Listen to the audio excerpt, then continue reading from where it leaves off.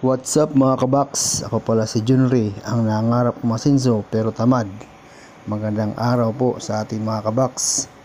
Tayo po ay meron XRM 125 FI po dito mga kabaks.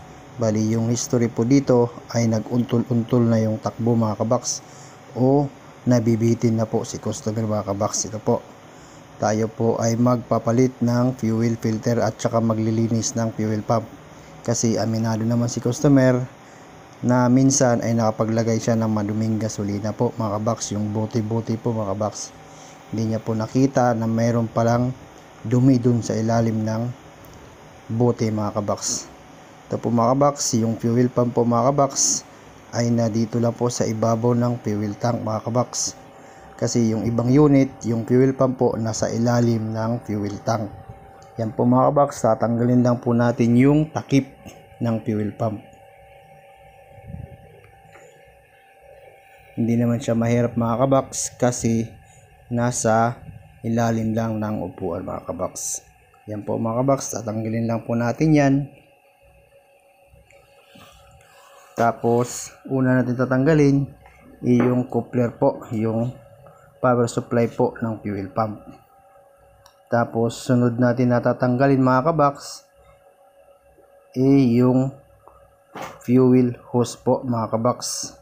Yung pagtanggal po niyan ay meron pong kunting pag-iingat, ligwat-ligwat, at saka hulbot, rabot, dara, gabot mga kabaks. Tsaka yung pagtatanggal na rin po ng fuel hose na po yan mga kabaks, may kunti pong teknik, ika nga mga kabaks. Ligwat-ligwat din mga kabaks para hindi maputol yung nozzle mga kabaks. Yan po mga kabaks. Tapos tatanggalin natin yung 4 na nut mga kabaks. Yan po, pero linisan muna natin mga kabaks para makita naman ni customer. At yan po, yan po yung pinupunasan ko po. Nakikita nyo po mga kabaks, yan po yung sign na pera po yan mga kabaks. Kikita tayo dyan. Kwarta, way pagal mga kabaks. Yan po, kunting linis-linis, hangin-hangin, para naman po masiyahan si customer at magbigay naman po ng tip. Mga kabaks, biro lang po yun mga kabaks. Yan po mga kabaks, tatanggalin po natin yung 4 na nut mga kabaks. Mga kabaks, tatanggalin po natin yung 4 na nut.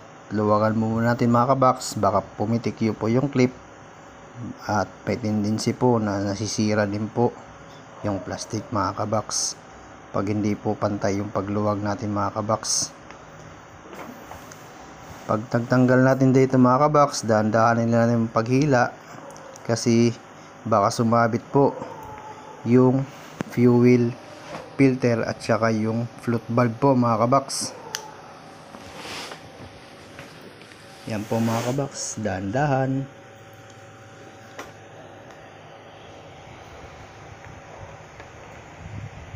Yan po mga kabaks.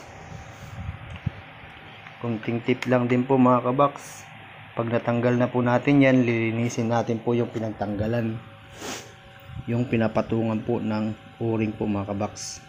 At saka yung o-ring po mga kabaks, pag nag-expand na po, palitan na po natin kasi masikip na po pag ibinalik yan mga kabaks.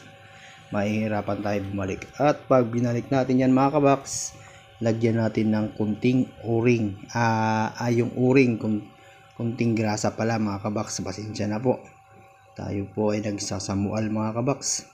Yan po, yung tinuro ko yung sa gilid, lilinisin na natin po. Kung meron pong kalawang, gagamitan lang natin ng liha para pumantay. Yan po mga kabaks. Yan yung fuel filter, ang dumi na po mga kabaks. Tatanggalin natin yan. Sa ilalim ng fuel filter na po na yan mga kabaks, mayroon pong o-ring. Pag nagpalit po tayo, may kasama ng o-ring yun. Kung walang kasamang o-ring, ibalik po natin yung dati. Kasi pag walang o-ring, mahina po yung pressure ng ating fuel pump po. Bubuga siya ng gas pero mahina. Hindi niya kayang supplyan po yung mga kabaks. Yan po mga kabaks yung o-ring. Pag binalik po natin yan mga kabaks, yung bagong fuel filter, mamaya ipapakita ko dahan-dahan rin po sa pagbabalik. Pero mga kabaks, hindi ko na po pinakita yung pagbalik ko. Linagyan ko po ng ng grasa, yung konting grasa doon sa o-ring po mga kabaks, para hindi siya mahirap ipasok po. Dahan-dahan na rin po sa pagpasok kasi baka mapunit yung o-ring po mga kabaks. Yan po mga kabaks. Thank you po sa panonood. Don't forget to like mga kabaks. Thank you and God bless. Bunal.